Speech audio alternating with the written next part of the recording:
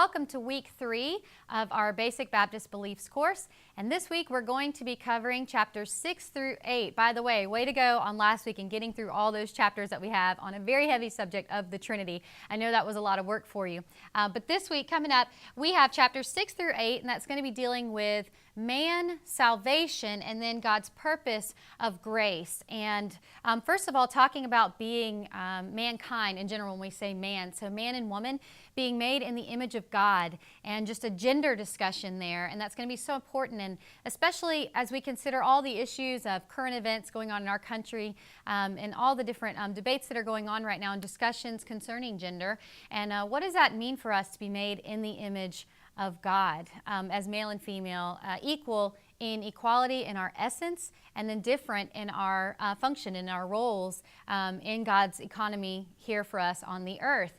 And I always like to point out to remember that we are like God. Genesis tells us that we are made in His image. The only thing in creation that is made in the image of God. We are like Him, but we are not Him. And that's when man has made the most mistakes starting from the garden forward, is when we want to be like God, which leads us into chapter 7 of this week in salvation. So a part of being man is that God gave us free will. You know, people ask the question a lot, can God be fully sovereign?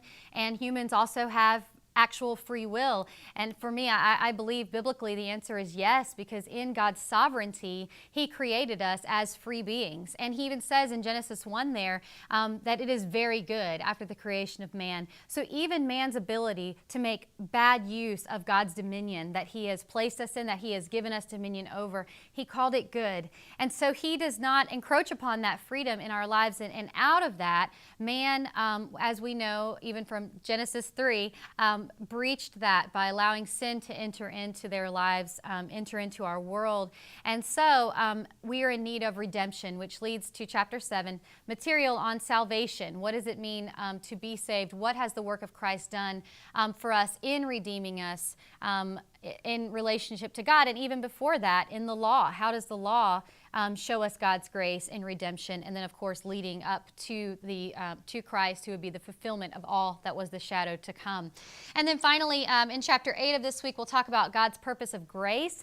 Of course, that's grace in our salvation, in His election of all mankind to be saved, that it is not about our boasting or anything that we could do in the works of man, but unto God, so that we would not boast in ourselves, but unto His grace to us, but not just for salvation, but grace in our endurance to the end of our own journeys as believers, and then also as Christians of all time to the end of time till we have Christ's return. So that's what we're going to be talking about this week, man, salvation, then of course God's grace in that process. Again, remember your discussion boards to add to those this week, and I'll look forward to dialoguing with you in those discussions. Have a great week.